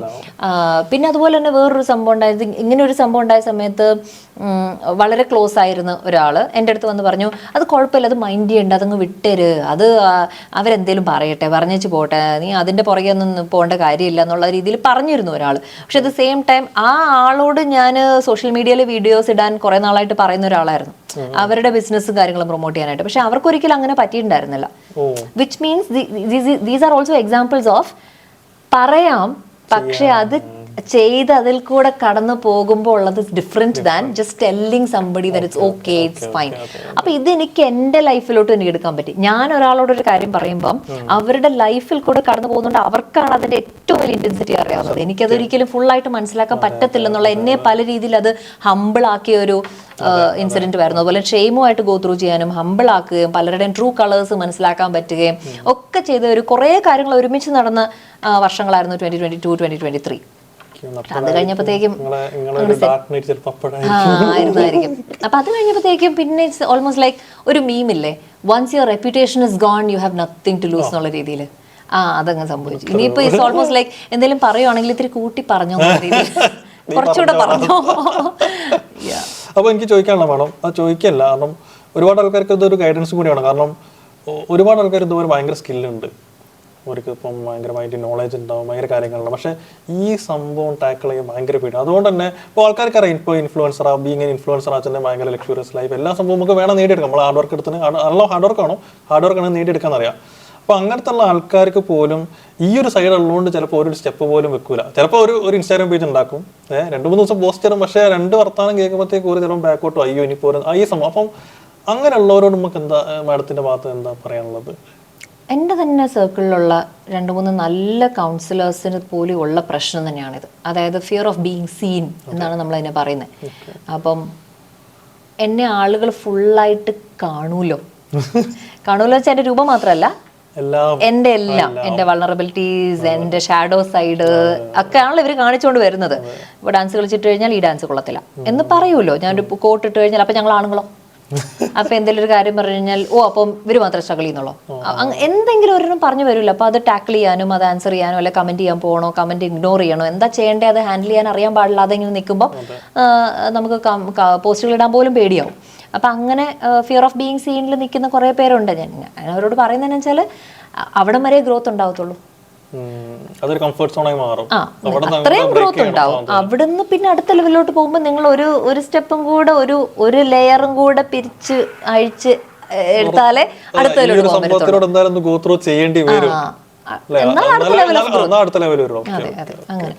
സത്യം പറഞ്ഞാൽ ലൈഫ് തന്നെ അങ്ങനെയാണ് ഡിസൈൻ ചെയ്യുന്നത്. ഒരു ലെവൽ നമ്മൾ എപ്പോഴും പോയി ഒരു ടോപ്പിൽ പോയി നിൽക്കും. എപ്പോഴാണ് നമ്മളത് ബ്രേക്ക് ചെയ്യുന്നില്ലേ? അങ്ങനെയല്ലേ. പിന്നെ അത് മാത്രമല്ല നിർമ്മൽ, ഞാൻ പറയുന്നതെന്ന് വെച്ചാൽ ഇപ്പം സക്സസ് എന്ന് പറയുമ്പോൾ ഓരോരുത്തർക്കും ഓരോ രീതിയിലാണല്ലോ. ഇപ്പം ഇപ്പൊ ഒരു ഫോർ എക്സാമ്പിൾ ഒരാൾ പറയും എനിക്ക് ക്ലയൻസ് വരുന്നുണ്ട്, അത്യാവശ്യം ഞാൻ ഫുള്ളാണ്, എൻ്റെ കീഴിൽ 2 പേര് ജോലി ചെയ്യുന്നുണ്ട്, എനിക്കിത് മതി, കണ്ടന്റ് എന്നുള്ള രീതിയിലാണ് അവരതിനെ കാണുന്നതെങ്കിൽ അവരതിൽ കൂടുതൽ കണ്ടന്റ് ഉണ്ടാക്കുകയോ എടുക്കുകയൊന്നും ചെയ്യത്തുമില്ല, ചെയ്യേണ്ട കാര്യമില്ലെന്നാണ് ആയിരിക്കും അവർ വിചാരിക്കുക. വേറൊരാൾക്ക് ചിലപ്പം ഞാൻ അടുത്ത ലെവലിൽ പോകേണ്ടി വന്നു കഴിഞ്ഞാൽ ഒരു 4 പേരും കൂടെ ഹയർ ചെയ്യേണ്ടി വരും. ഓക്കെ, അപ്പം I have two then step up. അടുത്ത ലെവലിലോട്ട് ഞാൻ ഓഫീസ് ഇടേണ്ടി വരും. പിന്നെ അതിനൊരു ലേഡി ക്ലീനിങ്, ആരെങ്കിലും ഒന്ന് ക്ലീനിങ്ങിൽ റെഡി ആക്കേണ്ടി വരും. പിന്നെ കുറച്ചുകൂടെ ബോർഡ് ഇടേണ്ടി വരും. അപ്പൊ അത് കുറെ പേര് കണ്ട് കുറെ കൂടെ പേര് അകത്തോട്ട് വരും. അപ്പൊ അത്രയും കൂടെ ക്ലയൻസിന് എനിക്ക് ഹാൻഡിൽ ചെയ്യാൻ പറ്റും. അപ്പം നമ്മൾ ഓരോരോ ലെവലിൽ ഗ്രോ ചെയ്യാനുള്ള റെഡിനെസ് നമുക്കുണ്ടോ എന്നുള്ളതുകൊണ്ട് ഇപ്പം അതുകൊണ്ടാണല്ലോ നമ്മൾ അബണ്ടൻസിനെ മണിയായിട്ട് മാത്രം കാണാതെ നമ്മളതിനെ ഹെൽത്ത് ആയിട്ട് പൈസയാണെന്നുള്ളത്. ഇപ്പൊ ഹെൽത്ത് രീതിയിലുള്ള അബണ്ടൻസ് ഉണ്ട്. പിന്നെ അതുപോലെ തന്നെ ഈ കുറെ പേരുണ്ടല്ലോ, ഇപ്പം കമ്പനിയൊക്കെ ഭയങ്കര സക്സസ് ആണ്, നല്ല പൈസ ഉണ്ടാക്കുന്നുണ്ട്, പക്ഷെ തീരെ ഹെൽത്ത് ഇല്ല, സമയമില്ല ഫാമിലിയുടെ കൂടെ. ചിലപ്പോൾ അത് അവർ അബണ്ടൻസ് ആയിട്ട് ചിലപ്പോൾ കൺസിഡർ ചെയ്യുന്നുണ്ടാവില്ലായിരിക്കും. അങ്ങനെ ഓരോരുത്തർക്കും ഓരോ രീതിയിൽ. മാഡം ഒരു സൈക്കോളജിസ്റ്റ് ആണ്. അപ്പോൾ ഈ സൈക്കോളജിയും സ്പിരിച്വാലിറ്റിയും തമ്മിൽ ഇപ്പോൾ പൊതുവേ ഇപ്പോൾ സ്യൂഡോ സയൻസ് എന്നൊരു ആംഗിൾ ഉണ്ട്, അതല്ലാണ്ട് അപ്പോൾ സൈക്കോളജി പ്രകാരം നമുക്ക് സ്പിരിച്വാലിറ്റി എന്തെങ്കിലും കണക്ഷൻ എന്തെങ്കിലും ഒന്ന് ഷെയർ ചെയ്യാൻ പറ്റുമോ? നമുക്കങ്ങനെ സൈക്കോളജി ടെക്സ്റ്റ് ബുക്സിൽ ഒത്തിരി സ്പിരിച്വൽ ആയിട്ടുള്ള കോൺസെപ്റ്റുകളൊന്നും ഇല്ല. നമുക്ക് ഡയറക്ട്ലി പറയുന്നില്ലെങ്കിലും അത് അല്ല. ഇപ്പോൾ ഫോർ എക്സാമ്പിൾ ഇപ്പം കാൾ യൂങ്ങിനെ പോലുള്ള സൈക്കോളജിസ്റ്റുകൾ ഇപ്പം ഒരു എക്സാമ്പിൾ പറയുകയാണെന്നുണ്ടെങ്കിൽ അനിമസ് എന്ന് പറഞ്ഞ കോൺസെപ്റ്റിനെ കുറിച്ച് പുള്ളി ഒത്തിരി പരാമർശിച്ചിട്ടുണ്ട്. ഒരു feminine element in the man, ഒരു masculine element in the woman എന്നുള്ള ആംഗിളൊക്കെ പുള്ളി പറഞ്ഞിട്ടുണ്ട്. പക്ഷെ അതിനെക്കുറിച്ചൊക്കെ ജസ്റ്റ് പഠിച്ചു, പരീക്ഷയ്ക്ക് എഴുതി, അത് മാർക്ക് വാങ്ങിച്ചു എന്നല്ലാതെ അതിൻ്റെയൊക്കെ പ്രാക്ടിക്കൽ ആപ്ലിക്കേഷനും കാര്യങ്ങളൊന്നും നമ്മൾ മനസ്സിലാക്കി അല്ലല്ലോ ഇറങ്ങുന്നത്. പക്ഷെ പിന്നീട് ഇപ്പോൾ ഉള്ള എൻ്റെ ലൈഫിൽ നമ്മൾ പഠിക്കുന്ന പുസ്തകങ്ങൾ, ഇതിനെക്കുറിച്ചൊക്കെ ഒത്തിരി നമ്മൾ തന്ത്ര റിലേറ്റഡ് ബുക്സും ഒക്കെ വായിക്കുമ്പോഴാണ് നമുക്ക് ശരിക്കും ഈ മാസ്കുലിൻ ഫെമിനിൻ എന്ന് പറയുന്ന എലമെന്റ്സ് ഒക്കെ എന്താ, ഈ ഒരു പൊളാരിറ്റി എങ്ങനെയാ കപ്പിൾ ഡൈനാമിക്സിൽ വർക്ക് ആവുന്നത്, ആണുങ്ങളുടെ ഉള്ളിൽ ഫെമിനിൻ എലമെന്റ് ഉണ്ടല്ലേ, പെണ്ണുങ്ങളുടെ അടുത്ത് ഒരു മാസ്കുലിൻ എലമെന്റ് ഉണ്ടെന്നൊക്കെ ഉള്ളത് പറയുന്നത് ആക്ച്വലി ഒരു കപ്പിളിന്റെ ഇടയ്ക്ക് എങ്ങനെയാണ് ഇത് പ്ലേ ഔട്ട് ആവുന്നത് എന്നുള്ളതൊക്കെ നമുക്ക് ഇപ്പോഴാണ് മനസ്സിലാവുന്നത്. പിന്നെ പലർക്കും നമ്മളത് കാണുന്ന പലർക്കും വെച്ചിട്ടുണ്ടെങ്കിൽ ഒരു ഡിവൈൻ മാസ്കുലിൻ ഇതിനെ കുറിച്ച് അറിയാനുണ്ടാവില്ല. അപ്പോൾ അവരോട് ഇത് കുറച്ചും കൂടി നമുക്ക് ഒരു ലേമൻ ലാംഗ്വേജ് ഒക്കെ പറയും പോലെ കുറച്ചും കൂടി സിമ്പിളായിട്ട് നമ്മൾ പറയാച്ചാൽ എങ്ങനെയാണ്? ഏറ്റവും സിമ്പിളായിട്ട് പറയുകയാണെന്നുണ്ടെങ്കിൽ masculine energy is energy that you show outside, വെളിയിലോട്ട് കാണിക്കുന്ന എനർജി. അതൊരു ഔട്ട്വേർഡ് എനർജിയാണ്, പ്രൊജക്റ്റീവ് എനർജിയാണ്. ഫെമിനിൻ എനർജി എന്ന് പറയുന്നത് ഒരു ഇൻവേർഡ് എനർജിയാണ്, റിഫ്ലക്റ്റീവ് എനർജിയാണ്. അപ്പോൾ പറഞ്ഞ യാങ് പറഞ്ഞ ഇൻ എന്നുള്ളത് അങ്ങനെയല്ല. അപ്പൊ നമ്മൾ ഇപ്പം വെളിയിൽ പോയി കാര്യങ്ങൾ ചെയ്യേണ്ട ഒരു ഇപ്പൊ ബൗണ്ടറീസ്, കറേജ് എന്നൊക്കെയുള്ള സാധനങ്ങളൊക്കെ നമ്മളൊരു മാസ്കുലിനായിട്ട് വെറുതെ പേരിനാണ് നമ്മൾ ഈ ടൈറ്റിലൊക്കെ വെച്ചേക്കുന്നത്. കാര്യം അങ്ങ് മനസ്സിലാക്കിയാൽ മതി, അത് കഴിഞ്ഞ് ടൈറ്റിൽ അങ്ങോട്ട് മാറ്റിക്കോളുക. ചിലർക്ക് ആ ബുദ്ധിമുട്ടുണ്ട്. ഇതിന് ആരെ ഇപ്പൊ മാസ്കുലിന് പേരിട്ടേന്ന് പറഞ്ഞു ചോദിക്കും. നമുക്ക് എന്തെങ്കിലും ഒരു പേരും ലേബലും ഒക്കെ വേണ്ട, അതൊക്കെ മനസ്സിലാവാൻ. അങ്ങനെ മാനിനെതിരെ മാനിനെ വിളിക്കുന്ന ഗോറലാന്ന് വിളിച്ചപ്പോൾ അങ്ങനെ ഒരു ലേബലിന് for the sake of the label നമ്മളൊരു ലേബൽ ഇടുന്നു, അതിനെ വിളിക്കുന്നു, കാര്യം എന്താണെന്ന് മനസ്സിലാക്കുന്നു, പഠിക്കുന്നു, മൂവ് ഓൺ, അത്രേ ഉള്ളൂ. പിന്നെ ആ ലേബൽ പിടിച്ചോണ്ടിരിക്കേണ്ട കാര്യമില്ല. സോ നമ്മൾ എക്സ്റ്റേണലി എനർജി കാണിക്കുന്നതിനെ മാസ്കുലിൻ യാങ് എനർജി ആയിട്ടും, ഇന്റേണൽ അതായത് ഇപ്പൊ creativity, feeling, stillness, surrender, empathy, അതൊക്കെ നമ്മൾ ഇന്നായിട്ട് കാണുന്നത്. അപ്പൊ ആണുങ്ങൾ അത് എക്സ്പ്ലോർ ചെയ്താൽ ആണിന്റെ മെന്റൽ ഹെൽത്ത് നന്നാക്കി വെക്കാം എന്നുള്ളൊരു കാര്യമുണ്ട്. പെണ്ണുങ്ങൾ കൂടുതലും മാസ്കുലിൻ അതായത് യാങ് മോഡിലോട്ട് പോയി കഴിയുമ്പം അവരിത് experience a lot of burn out and problems with their periods and stuff like that. അപ്പൊ നമ്മൾ അറിയണം നമ്മൾ ഏത് എനർജി മോഡിലാണ് നമ്മൾ നിൽക്കുന്നത്. ബാലൻസ് ചെയ്യണോ ഒരു ആസ് എ പേഴ്സൺ ഒരാൾ ബാലൻസ് ചെയ്യണോ അല്ലെങ്കിൽ എങ്ങനെയാണത്? ഇപ്പം ഒരു ഫീമെയിൽ ആണെങ്കിൽ ഒരു ഫെമിനിൻ എനർജി കൂടുതലായിട്ട് എങ്ങനെയാണത്? അതായത് മനസ്സിലാക്കുക, ഞാൻ കൂടുതൽ ഈ ഡയറക്ഷനിൽ ഇങ്ങനെ പോയിക്കൊണ്ടിരിക്കുമായിരുന്നു, എനിക്കിത് ഇല്ലാത്തത് കൊണ്ട് ഒത്തിരി ഞാൻ ബേൺ ഔട്ടിലോട്ട് എത്തി, അല്ലെങ്കിൽ എനിക്കിപ്പോൾ ഒത്തിരി അസുഖങ്ങളുണ്ട്, ഞാൻ ഇനി കുറച്ച് റെസ്റ്റും കാര്യങ്ങളൊക്കെ എടുക്കേണ്ട ടൈമാണ്, അല്ലെങ്കിൽ ഞാൻ എൻ്റെ ക്രിയേറ്റീവ് സൈഡ് എക്സ്പ്ലോർ ചെയ്തിട്ടില്ല എന്നുള്ളൊരു റിയലൈസേഷൻ നമുക്കുണ്ടെന്നുണ്ടെങ്കിൽ നമുക്കത് എവിടെയാണോ മാസ്കുലിൻ ആവേണ്ട ആ രീതിയിൽ അങ്ങോട്ട് നിന്നിട്ട് ഇങ്ങോട്ടേക്കും നമുക്ക് വരാൻ പറ്റും. നമുക്കിത് രണ്ടും കൂടെ കൊണ്ടു നടക്കാൻ പറ്റും. സോ അതിപ്പം കപ്പിൾ ഡൈനാമിക്സിൽ ഒത്തിരി നന്നായിട്ട് നമ്മളെ ഹെൽപ്പ് ചെയ്യുന്നുണ്ട് ഇങ്ങനെയുള്ള കോൺസെപ്റ്റുകൾ. പക്ഷേ ഇത് എന്നാൽ സൈക്കോളജി ടെക്സ്റ്റ് ബുക്സിൽ വളരെ ക്ലിയർ ആയിട്ട് പറഞ്ഞിരുന്നു എന്ന് ചോദിച്ചു കഴിഞ്ഞാൽ ഇല്ല. അതുപോലെ തന്നെ ഒരു റിട്രീറ്റ് അറ്റൻഡ് ചെയ്തപ്പം ഞാൻ കണ്ടൊരു കാര്യമാണ്, അന്നൊക്കെ ഞാൻ ഫുള്ള് സൈക്കോളജി ചൂട് പിടിച്ചിരിക്കുക. അതായത് നമ്മൾ പഠിച്ച കാര്യങ്ങളാണ് ഗ്രേറ്റ്, അതുകൂടാതെ ഒരു കാര്യങ്ങളും മെന്റൽ ഹെൽത്തിൽ വേണ്ട, വേറെ ആരും വേണ്ട എന്നുള്ള രീതിയിൽ, വേറെ ആരും ഇതിനെക്കുറിച്ച് സംസാരിക്കരുത് എന്നുള്ള കൊടിയൊക്കെ പിടിച്ച് നടന്ന സമയം. അങ്ങനെ ഒരു ഏർലി സ്റ്റേജസ് ഓഫ് മൈ കരിയറിൽ ഞാൻ റിട്രീറ്റ് അറ്റൻഡ് ചെയ്ത സമയത്ത് ഞാൻ കേട്ടൊരു കാര്യമാണ്, ഒരു ലേഡി അവരുടെ മിസ്കാരേജിനെ കുറിച്ച് സംസാരിക്കുക. അപ്പം അത് അവരെ എത്രത്തോളം എഫക്റ്റ് ചെയ്തു എന്നുള്ളതിനെക്കുറിച്ച്. അതിനുശേഷം അവർക്ക് 2 കുട്ടികൾ ഉണ്ടായിട്ടുണ്ട്. അവർ രണ്ടുപേരും, ഒരാൾ പ്രീ ടീനും ഒരാൾ ടീനും ഒക്കെയാണ്. എന്നാലും അതിന് മുമ്പ് സംഭവിച്ച മിസ്കാരേജ് എത്രത്തോളം അവർ എഫക്ട് ചെയ്തു എന്നുള്ളതിനെ കുറിച്ചൊക്കെ അവരിങ്ങനെ സംസാരിച്ചുകൊണ്ടിരിക്കുകയാണ്. പ്ലസ് അവർ 7-8 കൊല്ലമായിട്ട് തെറപ്പിക്ക് പോയിക്കൊണ്ടിരിക്കുക എന്നൊക്കെ പറയുക. എനിക്ക് എന്ത് വന്നാലും എനിക്ക് അതിലോട്ട് എത്തും, ഞാൻ എന്ത് സക്സസ് നേടിയാലും എന്നാലും ആ കുട്ടി പോയല്ലോ, എന്നാലും അതുണ്ടായിരുന്നെങ്കിൽ ബെറ്റർ ആയിരുന്നല്ലോ, ആ രീതിയിലോട്ട് തിരിച്ചവർ പറയുന്നത്. ഒരു പക്ഷേ അന്നേരം എനിക്ക് ഡിപ്രഷനൊക്കെ ആയിരുന്നായിരിക്കും, ഞാനത് ഒത്തിരി മൈൻഡ് ചെയ്യാതെ ഞാൻ ജോലി ചെയ്യുന്നൊക്കെ പറഞ്ഞ് പോയതുകൊണ്ടായിരിക്കും. കാരണം എൻ്റെ ഫാമിലി മെമ്പേഴ്സ് പറഞ്ഞു അടുത്തൊരു കുട്ടിയായി കഴിഞ്ഞാൽ എല്ലാം അങ്ങ് മറന്നോളൂ എന്നൊക്കെ പറഞ്ഞ് ഞാൻ ആ ഫ്ലോയിൽ പോയതുകൊണ്ടായിരിക്കും. ചിലപ്പോൾ ഞാൻ ഒത്തിരി ആ കുഞ്ഞിനെ ഞാൻ ഒത്തിരി ഗ്രീവ് ചെയ്തിട്ടില്ല എന്നൊക്കെയുള്ള ഗിൽറ്റും എല്ലാം ആകെ ഫുള്ള് പുള്ളിക്കാരി 7-8 കൊല്ലം തെറപ്പി ഇതിനു വേണ്ടി തന്നെ പോയിക്കൊണ്ടിരിക്കുക എന്നൊക്കെയാണ് പറഞ്ഞത്. അങ്ങനെ ഒരു ഡിസ്കസ് ചെയ്തുകൊണ്ടിരുന്ന സമയത്ത് ഒരു സ്പിരിച്വൽ ആയിട്ടുള്ള ഒരാളാണിത് കൈകാര്യം ചെയ്തുകൊണ്ടിരുന്നത്.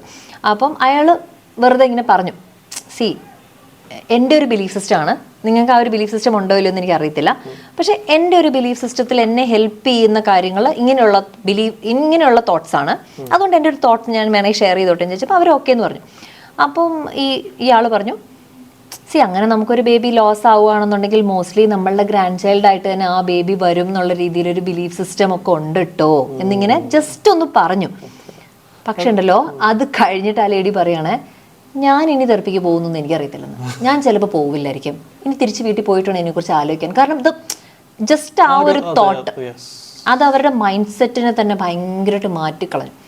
അപ്പം അതൊക്കെ എനിക്ക് ഭയങ്കര ഐ ഓപ്പണിംഗ് ആയിരുന്നു. എന്ന് വെച്ചാൽ നമുക്ക് ഈ തിയറീസ് കൊണ്ടൊന്നും ശരിയാക്കാൻ പറ്റാത്ത കാര്യങ്ങൾ ചിലപ്പം വളരെ മിസ്റ്റിക്കൽ ആയിട്ടുള്ള ഒരു അൺഎക്സ്പ്ലെയിൻഡ് കാര്യം കൊണ്ട് ചിലപ്പോൾ നമുക്കതങ്ങ് സോൾവ് ചെയ്യാൻ പറ്റുന്നതായിരിക്കും. ഇന്നിപ്പോൾ ഒരാളുടെ പ്രശ്നം സോൾവ് ആയി കഴിഞ്ഞാൽ അത് സ്പിരിച്വാലിറ്റി കാരണമാണോ സോൾവ് ആയത്, സൈക്കോളജിസ്റ്റ് ആണോ സോൾവ് ചെയ്തത് എന്നൊന്നും അല്ല ചോദിക്കുന്നത്, സോൾവ് ആയോ ഇല്ലയോ അതാണ്. സോ അങ്ങനെ ഒരു ഇനിയിപ്പം നല്ല ഇതാണ്, സൈക്കോ സ്പിരിച്വാലിറ്റിക്ക് ഭയങ്കര ഒരു എന്താ പറയാ ഒരു ഡിമാൻഡ് വന്ന് തുടങ്ങി, എല്ലാവർക്കും അതും കൂടെ വേണം. അപ്പം മാഡത്തിന്റെ കോഴ്സുകളിലൊക്കെ ഇപ്പൊ എങ്ങനെയാണ് അങ്ങനത്തെ ഒരു പാറ്റേൺ ഇപ്പൊ ഉണ്ടോ? എങ്ങനെയാണ്, അല്ലെങ്കിൽ തീരെ സ്പിരിച്വാലിറ്റി മെൻഷൻ ചെയ്യുന്നില്ലേ, അല്ലെങ്കിൽ ട്രാൻസ്ഫോർമേഷൻ അതുപോലെ സ്പിരിച്വൽ ലെവൽ കൊടുക്കാൻ എങ്ങനെയാണ്? എന്റെ കോഴ്സിലോട്ട് എൻ്റർ ചെയ്യുന്ന 90% ആളുകളും വളരെ ഇന്റലക്ച്വൽ ആയിട്ടുള്ള ആളുകളാണ്, സ്റ്റെം ഫീൽഡിലുള്ള ആളുകളും ഡോക്ടേഴ്സും അങ്ങനെയുള്ള ആളുകളാണ്.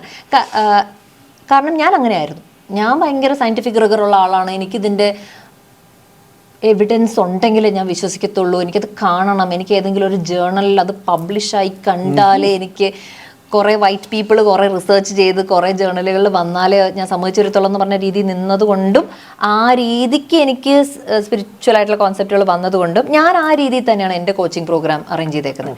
അതായത് ഇന്റലക്ച്വൽ ആയിട്ടുള്ള കാര്യങ്ങൾ ഇഷ്ടംപോലുണ്ട്, അത് മുഴുവൻ കൊടുത്തു കഴിഞ്ഞിട്ട് സൈക്കോ സ്പിരിച്വൽ ആയിട്ടുള്ള കുറേ ആംഗിളും പറഞ്ഞു കൊടുത്തിട്ട് ആ ടൂൾസും കൊടുത്തിട്ടാണ് ആളെ വിടുന്നത്.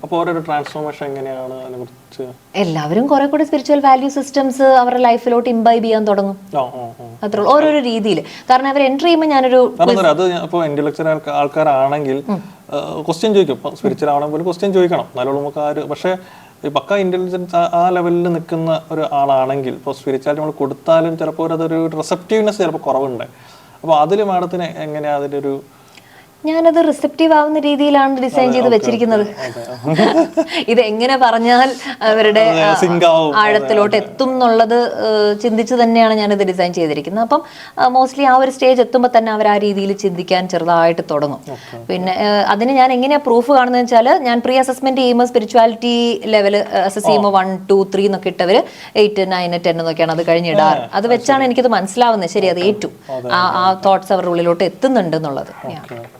അപ്പോൾ മാഡം ഇത് സൈക്കോളജിക്കൽ ലെവൽ അല്ലാണ്ട് അതൊരു ഹെൽത്ത് വൈസ് എങ്ങനെയാണ്? അപ്പോൾ മാഡം ഒരുപാട് കാലമായിട്ട് മെഡിറ്റേഷൻ, യോഗ ഈ പരിപാടി ചെയ്യുന്നുണ്ട്. അപ്പോൾ അത് എങ്ങനെയെങ്കിലും രീതിയിൽ നിങ്ങളൊരു ഫിസിക്കൽ ഹെൽത്തിന് എങ്ങനെയെങ്കിലും അത് ഗുഡ് ഓർ ബാഡ് വേ എങ്ങനെയാണ് അത് ഇമ്പാക്ട് ചെയ്യുന്നുണ്ടോ അതിനെക്കുറിച്ചൊന്ന് ഷെയർ ചെയ്യാമോ? ഏറ്റവും സിമ്പിളായിട്ട് പറയുകയാണെന്നുണ്ടെങ്കിൽ, നമ്മൾ സ്പിരിച്വൽ ആയിട്ടുള്ള കോൺസെപ്റ്റുകൾ ജീവിതത്തിലോട്ട് കൊണ്ടുവരുമ്പോൾ, ഫോർ എക്സാമ്പിൾ എന്ത് വേണമെങ്കിലും ആയിക്കോട്ടെ, നമ്മുടെ ഡേ ടു ഡേ മൈൻഡ്ഫുൾനെസ് തന്നെ ഒരു സ്പിരിച്വൽ ആംഗിളിൽ ഞാൻ എടുക്കുന്നു, എനിക്കത് മതി, എനിക്ക് വേറെ സ്പിരിച്വൽ ആയിട്ടുള്ള കാര്യങ്ങളൊന്നും വേണ്ട എന്നുള്ള രീതിയിൽ എടുത്താൽ തന്നെ it makes us slow in life. No, കുറച്ചുകൂടെ കാര്യങ്ങളൊന്ന് അവലോകനം ചെയ്യാനുള്ള സമയവും ബോധവും അതിനുള്ള ക്ഷമയും ഒക്കെ നമുക്ക് ഉണ്ടാവുമല്ലേ. അപ്പം നമ്മൾ എന്ത് പറ്റുന്ന വെച്ചാൽ ഒരു ഹസിൽ കൾച്ചറിലോട്ട് നമ്മൾ പോകുന്നില്ല, എനിക്ക് സ്ലോ ലൈഫ് മതി, ആ ഒരു രീതിയിൽ വരുമ്പോൾ തന്നെ നമുക്ക് ഹെൽത്ത് ബെറ്റർ ആവുകയാണല്ലോ. അല്ലെങ്കിൽ രാവിലെ എനിക്ക് എന്തായാലും സൺ കണ്ടേ പറ്റത്തുള്ളൂ, സണ്ണിൽ നിന്നും എനിക്ക് ഒരു എനർജി കിട്ടുന്നു എന്നുള്ള ഒരു വിശ്വാസം ഉണ്ടെന്നുണ്ടെങ്കിൽ പറയാൻ പറ്റും.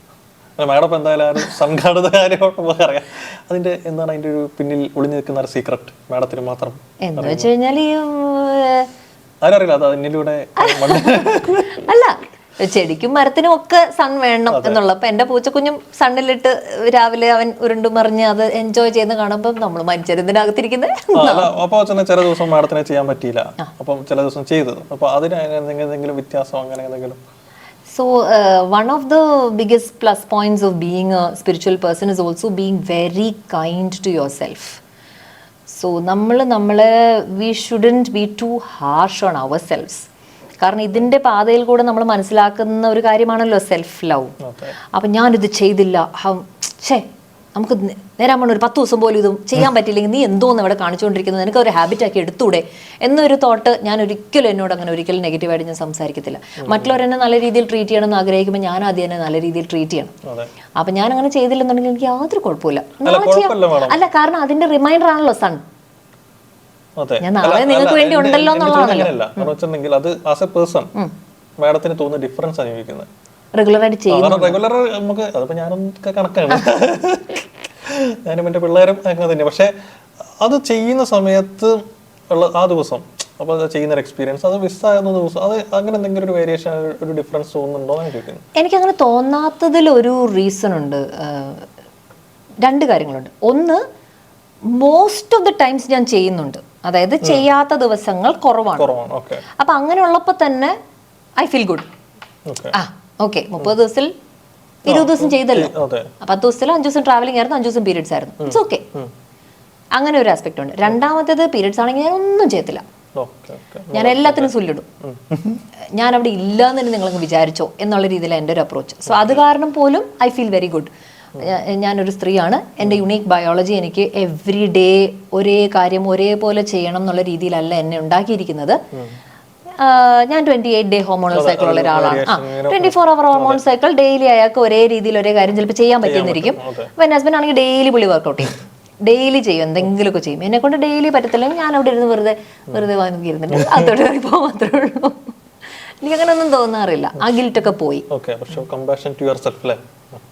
അപ്പോൾ മാഡം ഇപ്പോൾ അതുപോലെ തന്നെ ഇപ്പം നേരത്തെ പറഞ്ഞ ഒരു ഡയലോഗ്, അതായത് നമ്മുടെ പൂച്ചക്കുഞ്ഞും പ്ലാന്റ്സ് എല്ലാത്തിനും വേണം. അപ്പം അത് അപ്പോൾ സണ്ണിലൂടെ വരുന്ന ഒരു എനർജീനെ കുറിച്ചാണ് നമ്മൾ. അപ്പോൾ അതുപോലെ ഈ പ്ലാന്റ് മെഡിസിൻ അങ്ങനത്തെ ഒരുപാട് സംഭവങ്ങളുണ്ട്. അപ്പോൾ അതിലൂടെ എന്തെങ്കിലും എനർജി അങ്ങനെ എന്തെങ്കിലുമൊക്കെ അതിനെക്കുറിച്ചൊരു എക്സ്പോഷർ എന്തെങ്കിലും ഷെയർ ചെയ്യാൻ? ഇപ്പോൾ കുറേ പേര് ഇപ്പോൾ സോഷ്യൽ മീഡിയ കാരണം ഇതിനെക്കുറിച്ചൊക്കെ അവെയർ ആയതുകൊണ്ട് അവർ എന്താ പറയുക, അയഹൗസ്ക അല്ലെങ്കിൽ ഇപ്പോൾ മഷ്റൂംസ് ഒക്കെ ചെയ്ത് സൈക്കഡലിക് എക്സ്പീരിയൻസ് ഉണ്ടായി അതിൽ നിന്നും ഞാൻ അവേക്കനിങ് കണ്ടെത്തി അതിൽ നിന്നും ഹീലായി എന്നൊക്കെയുള്ള ആംഗിളൊക്കെ നമ്മൾ കേൾക്കുന്നുണ്ടല്ലോ. ഹീലായവരുണ്ട്, ഇല്ലെന്ന് ഞാൻ ഒരിക്കലും പറയത്തില്ല. കാരണം ഞാൻ ഒത്തിരി ഇന്റർനാഷണൽ സൈക്കോളജിസ്റ്റുകളൊക്കെ ഉള്ള ഫോറംസിൽ ഭാഗമാണ്. അപ്പം ഞാൻ ഈ conversations on A regular basis കേൾക്കുന്നുണ്ട്. ഭയങ്കര ഡിപ്രഷനൊക്കെ അടിച്ചിരുന്ന ആൾ ഒരു റൗണ്ട് ഓഫ് സൈക്കഡലിക്സ് എന്തെങ്കിലും പോയി ചെയ്തിട്ട് അതൊക്കെ ഫുള്ള് പോയി എന്നൊക്കെ പറയുന്ന ആളുകളൊക്കെ ഉണ്ട്, ഇല്ലെന്ന് ഞാൻ പറയത്തില്ല. അത് അവരെ ചിലപ്പോൾ ഹെൽപ്പ് ചെയ്തിട്ടുണ്ടാവുമായിരിക്കും, ഒരിക്കലും ഞാനത് ഡിനൈയും ചെയ്യത്തില്ല അവരുടെ എക്സ്പീരിയൻസ്. പക്ഷേ അതിലോട്ട് കടക്കണം എന്ന് ചിന്തിക്കുന്ന ആളുകളോട് ഞാൻ പറയുന്നത് അത് വെറും ഒരു വിൻഡോ മാത്രമേ നമുക്ക് തുറന്നു തരത്തുള്ളൂ. നമുക്ക് ആ കതവ് തുറന്നു തന്നെ ഇരിക്കണം എന്നുണ്ടെങ്കിൽ നമ്മൾ തന്നെ അതിലൂടെ കടന്നു പോയാലേ പറ്റത്തുള്ളൂ. ഇത് നമ്മളെ കാണിച്ചു തരും എന്താണ് പോസിബിൾ എന്നുള്ളത്, ചിലപ്പോൾ കാണിച്ചു തന്നിരിക്കും, എന്നിട്ട് അത് ക്ലോസ് ആവും. ആ എക്സ്പീരിയൻസ് കഴിയുമ്പോൾ അത് ഇത്രേ ഉള്ളൂ. പക്ഷെ നിങ്ങൾക്ക് ഡെയിലി ലൈഫിൽ അത് എക്സ്പീരിയൻസ് ചെയ്യണമെന്നുണ്ടെങ്കിൽ നിങ്ങൾ എവറിഡേ ലൈഫിൽ ഈ കാര്യങ്ങൾ ഫോളോ ചെയ്താൽ നിങ്ങൾക്ക് എക്സ്പീരിയൻസ് ചെയ്യാവുന്നതേ ഉള്ളൂ. അതെ, അപ്പോൾ ഇതിന് ആ വിൻഡോ കാണിച്ചു തന്നാൽ ചിലപ്പോൾ അത് പെർമനന്റ്ലി ക്ലോസ് ആയി പോവാൻ. കാരണം അങ്ങനെയുള്ള അനുഭവങ്ങൾ ഞാൻ കേട്ടിട്ടുണ്ട്. വളരെ ചെറുപ്രായത്തിൽ ഒത്തിരി ജീവിതാനുഭവങ്ങൾ ഉണ്ടാകുന്നതിന് മുമ്പ് പോയി സൈക്കഡലിക്കൊക്കെ എക്സ്പീരിയൻസ് ചെയ്തിട്ട് ഫുള്ള് കിളിപോയ കേസുകളൊക്കെ ഉണ്ടായിട്ടുണ്ട്. സോ അത് ആ റിസ്ക് എടുക്കണ്ടെന്ന് തന്നെ പറയത്തുള്ളൂ. നല്ലൊരു വഴി വേറെ ഉണ്ടല്ലോ അല്ലേ? കാരണം സ്പിരിച്വാലിറ്റി പറയുമ്പോൾ അങ്ങനത്തെ ഒരു ആംഗിൾ പലരും പറയുന്നുണ്ട്. പലരും തെറ്റിപ്പം നമ്മളെ യൂത്തിനൊക്കെ അങ്ങനെ തെറ്റിദ്ധരിക്കുന്ന പോലത്തെ ഒരു ആസ്പെക്റ്റിലേക്ക് പോകും. അത് മാത്രമല്ല നിർമ്മൽ, ഇപ്പം യങ്സ്റ്റേഴ്സുമായിട്ട് ഞാനും എൻ്റെ കോച്ചിങ് പ്രോഗ്രാംസിൽ ഇന്ററാക്ട് ചെയ്യുന്നത് കൊണ്ട് ഇപ്പം സോളോ ട്രാവല്, തന്നെ പോവുക, തന്നെ ലഡാക്കിൽ പോയി, തന്നെ ഹിമാലയത്തിൽ പോയി മല കണ്ടുപ്പത്തേക്ക് എനിക്ക് ഭയങ്കര ഇതായി പോയി, പിന്നെ തിരിച്ചു പോകാൻ തോന്നുന്നില്ല എന്നൊക്കെയുള്ള രീതിയിൽ കുറേ പേര് പറഞ്ഞിട്ടുണ്ട്, ബോത്ത് മെൻ ആൻഡ് വിമൻ. ഇപ്പം ഞാൻ പറയുന്നത് എന്താ വെച്ചാൽ നമ്മുടെ സ്പിരിച്വാലിറ്റി ടെസ്റ്റ് ചെയ്യപ്പെടുന്നത് ഒരിക്കലും ഹിമാലയത്തിൽ ഒളിക്കുമ്പോഴല്ലല്ലോ. നമ്മൾ ലൗകിക ജീവിതം ജീവിച്ച് ഈ ടൈപ്പ് ആളുകളെ കൊണ്ട് നമ്മൾ ജീവിച്ചു പോകുമ്പോഴാണ് അവിടെയാണ് ശരിക്കും യഥാർത്ഥ ടെസ്റ്റ് വരുന്നത്, നിങ്ങളെ കൊണ്ട് ഇത് പറ്റുന്നുണ്ടോ ഇല്ലയോ എന്നുള്ളത്. തന്നെ പോയിരിക്കാൻ ആർക്കും പറ്റുമല്ലോ. അത് ഈ ഒരു ഞാൻ പറഞ്ഞ 21st സെഞ്ച്വറിയിൽ അത് അപ്ലിക്കബിൾ, അതിന്റെ ആവശ്യമില്ല എന്ന് എനിക്ക് തോന്നുന്നു സത്യം. ഓക്കെ, അപ്പോൾ മാഡം അതുപോലെ തന്നെ ഇപ്പം മാഡം വേറെ ആരോ ഒരാൾ പറഞ്ഞതിന് ശേഷം നിങ്ങൾ പ്രാണിക്കിനെയൊക്കെ പഠിച്ചതിനും കേട്ടിട്ടുണ്ട്. അപ്പോ ആ എക്സ്പീരിയൻസ്, പ്രാണിക് ഹീലിംഗ് പഠിച്ച കാര്യങ്ങളും എങ്ങനെയായിരുന്നു, അത് എങ്ങനെയായിരുന്നു, നല്ലൊരു എക്സ്പീരിയൻസ് ആണ്, അതിനെ കുറിച്ചൊക്കെ ഒന്ന് മാഡത്തിന്റെ ഒരു ഷെയർ ചെയ്യാമോ? ഞാൻ ആദ്യം പ്രാണിക് ഹീലിംഗ് കേൾക്കുന്നത് 18 വയസ്സുള്ളപ്പോഴാണ്. എൻ്റെ ക്ലാസ്മേറ്റ്, കോളേജ് മേറ്റ്, ഫസ്റ്റ് ഇയറിൽ തന്നെ പുള്ളിക്കാരി പ്രാണിക് ഹീലിംഗ് അവരുടെ ഫാമിലിയിൽ കുറേ പേര് ചെയ്യുന്നുണ്ടെന്ന് പറഞ്ഞാൽ ആ കൊച്ചു പോയി ഓൾറെഡി കോഴ്സൊക്കെ ചെയ്തിരുന്നു. അപ്പോൾ നമുക്ക് റൂമിൽ അവൾ പ്രാണിക് ഹീലിംഗ് ചെയ്ത് തരാം, തലവേദന ശരിക്കും തരാം, അതുപോലെ തന്നെ വയറുവേദന, പീരിയഡ്സിൻ്റെ പെയിനൊക്കെ ഉണ്ടെന്നുണ്ടെങ്കിൽ അവൾ എന്തെങ്കിലുമൊക്കെ ഹീലിംഗ് ഒക്കെ ഇരുന്ന് ചെയ്യും. അപ്പോൾ എനിക്ക് തോന്നിയിരുന്നു, ചേഞ്ചൊക്കെ തോന്നിയിരുന്നില്ലെന്നും ഞാൻ പറയത്തില്ല. പക്ഷെ അത് ഞാൻ അങ്ങനെ വിട്ടു. അവളുടെ പാട്ടിന് പോയി PG കാര്യങ്ങൾ അങ്ങനെ, പിന്നെ അത് വിട്ടു, പിന്നെ അതിൻ്റെ കാര്യമില്ല. പിന്നെ പലപ്പോഴായിട്ട് നമ്മുടെ കമ്മ്യൂണിറ്റിയിൽ പലരും ഞാൻ പ്രാണിക് ഹീലറുടെ അടുത്ത് പോയി അത് ശരിയായി എന്നൊക്കെ പറയുമ്പോൾ നമ്മളത് കേൾക്കുന്നുണ്ട്. പിന്നെ നിന്നോടൊക്കെ സംസാരിച്ച് കഴിഞ്ഞിട്ട് പിന്നെ പോയിട്ട് എങ്കിൽ ശരി കോഴ്സ് ചെയ്തേക്കെന്ന് പറഞ്ഞ് ഞാൻ പിന്നെ ഒരു മെസ്സേജ് അയച്ചില്ല, ഞാൻ അത് ചെയ്യാൻ പോവാണെന്ന് പറഞ്ഞിട്ടു. പിന്നെ പൂനെയിൽ പോയിട്ട് ചെയ്തു.